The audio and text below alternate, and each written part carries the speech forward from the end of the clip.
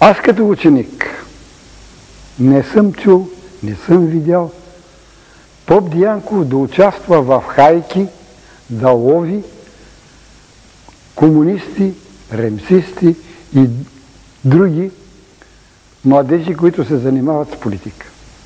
Това нещо никога не съм го чул. Чул го след съда, че е обвинен в тази дейност. Но не го вярвам.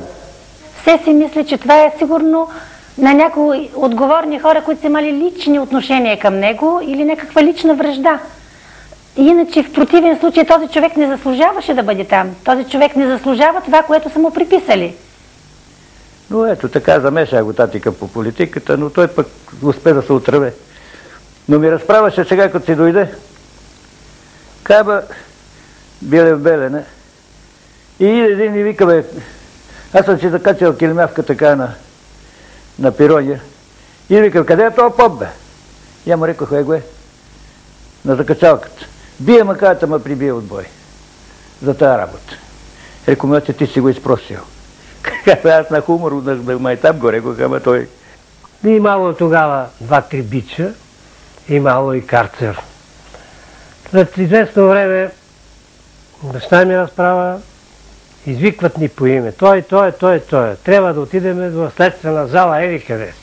А тя се преминава през някакъв тунел, неосветен, с много вратички. Като минава, определено една врата се отваря, един изчезва от нас. Една врата изчезва и така нататък. Но не искам, нямам желание, той ми казал, мъчно ми е да говоря това, което са правили с мен. Просто не мога да повярвам, че е правилно.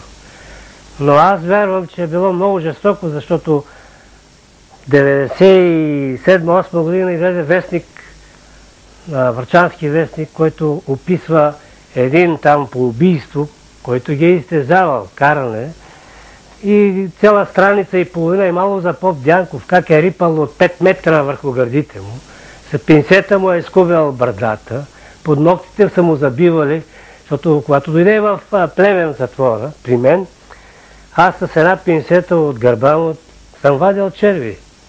Това е действителността. Вадех му, беше напукан гърба му като пръстеник, ръцете му от такова положение не може да се съберат. Тук все беха кървясали.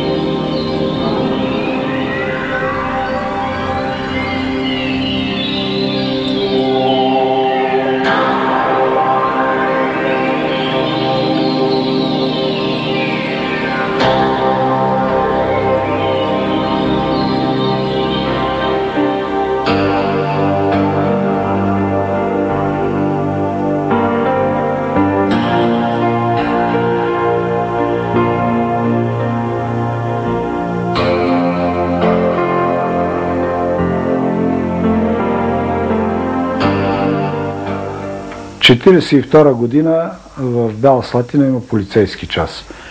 И поради това биват ангажирани общественици, учители от гимназията, лекари, може би, да правят проверки на учениците дали спазват този час и дали са на време в къщи.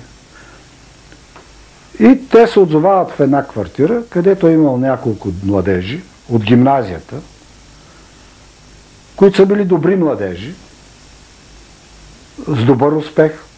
Един от тях е син на доктор Милчев, известен лекар и личен приятел на баща ми.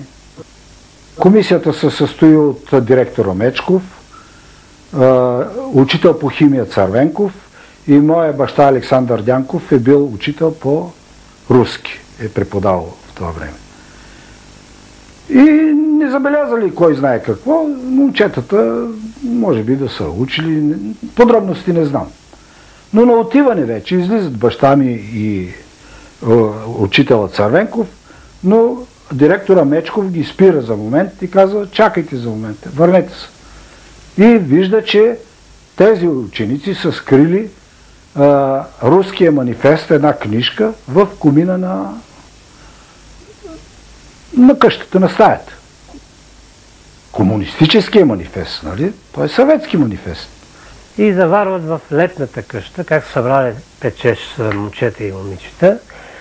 Не са оставили пазач нещо да ги предупреди, ами просто ги заварват с отворената книга и списъка на 34-35 членове на комсомол, нали е било, що ли е, нали разбирате?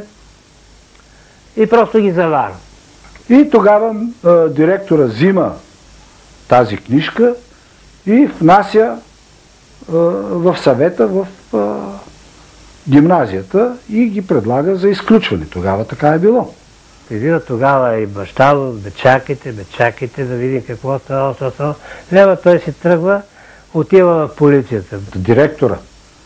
Той е пълновластен, директора е пълновластен, независимо от всички други мнения, нали, на съвета. Но получава се така, защото полицията си е полиция, можеш ли да се противопоставиш. Взима се списъка и почват да ги обират. Да ги обират тия деца. Да ги прибират по списък. Така станаха, изключиха няколко момчета, или са изключили, какво станало по-нататък, не знам. Но после се разбра, че баща ми не е бил виновен. Баща ми е прочел и едно име на ученичка, която е първа приятелка на сестра ми. Бедно момиче и тя била в този списък. Тогава отива при доктор Неделев и казва му положението какво е. Веднага отиват при момичето, преди да е полицията. И правят операция спешно, по спешност. И те не можат, вече тя оперира, не могат да я вземат. Остава това момиче. Но от цялата история никой не е загинал. Никой не е унищожен. Като казваха око за око, нали, да не говорим. От тая цяла група никой не е пострадал.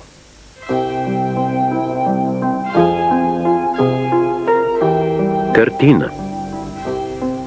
Слънце топло е огряло всеки хълм и долина. Всеко птиче е запяло, всеко цвете е цъфнало. Плува радост, красота. И се чувства как в гората в радост тръпне всеки клон. Вятър шепне на листата, нежно милва ги с ръката, обседлал невидим клон. Често този вятър нежен се обръща в вихър чист. Няма радост, спомен прежен, и лудейкът звяр наежен кърши, мачка клон и лист. Тъй се често изменява тук човешкият живот. Щом любов ни оросява, щом сърце ни тя пленява, то е сладък съпровод. Но настъпили омраза, всяка страст е на лице. Завист, подлост са на полза. Те с клюки, като проказа, мъчат нашето сърце. Чистите души огъват, праведникът лей сълзи. Радост с мъка се запълват, всички в плач, тъга потъват. Само ужас, смърт цари. Отец Александър, 1947 година, затвора. През пролета на 1945 година Народния съд заседава и осъжда директора директора Мечков на смърт, в това число и моя баща Александър Дянков на смърт. Заради тази комисия, в която са участвали и са намерили манифеста в ремсистите в квартирата. Когато ги беха присъдили вече, изкараха всички затворници на центъра в Бяла Слатина. Целият град беше заструпан. И от селата се беха струпали.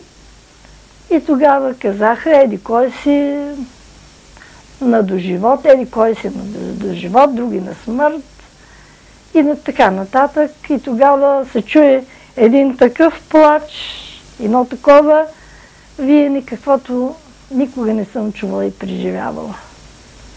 Но след като се обжалва делото, лично бащата на един от тези ремсисти, доктор Милчев, отива и свидетелства пред съда и казва, че баща ми е невинен.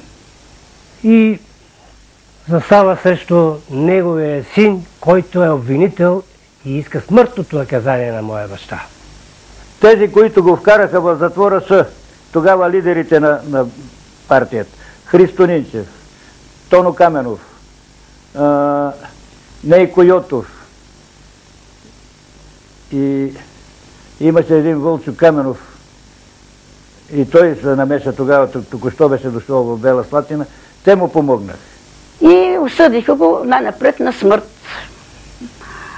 И стана дума дали Мечков, директор на гимназията, или той да бъде убит. Сега каква е била сметката им, не знам. Може би трябва да си изпълни бройката. Комунист ще каже, че е сгрешил. Те са безпогрешни. Комунистите са безпогрешни. Това е техно убеждение, не може да бъде отстранено лесно. Те са безпогрешни. Нима сега в нашата система няма комунисти, които все още смятат и още мечтаят или мислят, че може да се върне комунизъм отново. Също има такива хора. Но нека си мислят само да не действат. Само да не пипат оръжието и там да не пипат. По иначе си мислят каквото ще. Историята ще ги оправи. Аз мисля и това, че омразата дойде от там, че той беше много начетен човек, изварен, голям общественик. Дори интелигентните комунисти го тлачеха в душата си, го уважаваха, но не можеха да го хвалят, разбира се. Авторитетен човек. Е такъв човек, както и друг път съм казал, не е полезен за партията. И е трябвало да бъде нещо премахнат от пътя на партията. Затворник. Сам седя, килия малка, в мраз и студ съм заграден. Незавидна съдба жалка, в таз съдба съм всеки ден. Тук мнозина мен ме мразят, моята среща те не щат. В единочка те ме пазят, страшни мъки ми куват. Птиче малко и красиво на прозорчето дойде, зачирика си игриво, мъката ми стои от не. Благодарен аз посегнах там трошици да му дам. То хвръкна, от мен побегна, аз потънах цял в срам. Сякаш птичето ми рече, зли са хората в този век, не сърди се, о човече, ти наричаш се човек. Отец Александър, 1947 година, затвора. През време на съда извикаха момичето, което баща ми спаси, като и направиха операция, която не беше нужна, за да свидетелства срещу него, срещу баща ми. И действително, тя започна така. Това е човека, който нарочно ме спаси, за да ме не арестуват, само и само, после, ако дойдем ние на вас, аз да го спасявам. И не съм видял лицето на баща ми в този момент. Обаче той е задал въпроса там от лица на комисия, които са били в съда. И им казал, другаря Ристо Нинчев, другаря Петко Лалов, другаря Енчев, те да кажат на тая и тая дата, вечерта от толкова часа, те са имали събрание, партийно събрание. Знаел ли съм или не? И действително всички тези посочени от баща ми са потвърдили, че той е знаел. Тогава това ли момиче ще търса за защита при тези главатари? Вие кажете. Като ученик бех левичар. Верно е това нещо. Участвал съм. Бил съм на страната им. Мислех, че социализъма и комунизъма ще дойдат като светло бъдеще. Уви. Всичко е лъжа и измама. Това ме накара да се разочаровах от това нещо. Но не съм се омърсил никъде, простите, с нищо. И момичето, след като чуло изявлението на моя баща, се разплакало силно, веднага отишло при баща ми, хванала ръката му, разцелувало и казал: отец, моля те да ме простиш, те ме накараха да дойда да го кажа. И избягала от залата. И тогава съда решава баща ми да остане на доживотен затвор. Баща ми, отец Дянков, никога не е говорил за мъст. Не беше отмъстителен. Той казваше, че с добро, доброто идва. С добро, а не с лошо. Само с добро. Той никога, дори на нас, децата, ни казваше: никога не бива да отмъщавате. Отмъщението е грях. Така ни е казал татко. Често пъти съм си задавал въпрос към мене, лично към мене. Ако имам тая възможност да накажа тези, които така жестоко ни наказаха, откровено ви казвам, че никога няма да постъпя като тех. Аз съм християнин, така съм възпитан, защото ако има съдба, те ще бъдат наказани. Но не и от мен. Аз съм за любовта. Христос воскресе! Нявга Бог създаде сам човека по подобие и образ свой. Даде му душа със мисъл лека, с тяло по-красиво от твар всека, да владей в света над всичко той. Но човекът нявга възгорде се и чрез гордостта си грех стори. Сласт и корист любовта смениха, скръб, печал, живота помърчиха. На живота свят се тури кръст. Друг кръст бе издигнат на Голгота, срам последен в всички времена. Там народ издигна го чрез вота, но стана той извор на живота, извор скъп за всички племена. И с този извор права да се разнесе, що затопли нашите сърца. Шепнат устните: Христос воскресе, на земята вечен мир донесе и небесна свята красота. Отец Александър, 1947 година, затвора.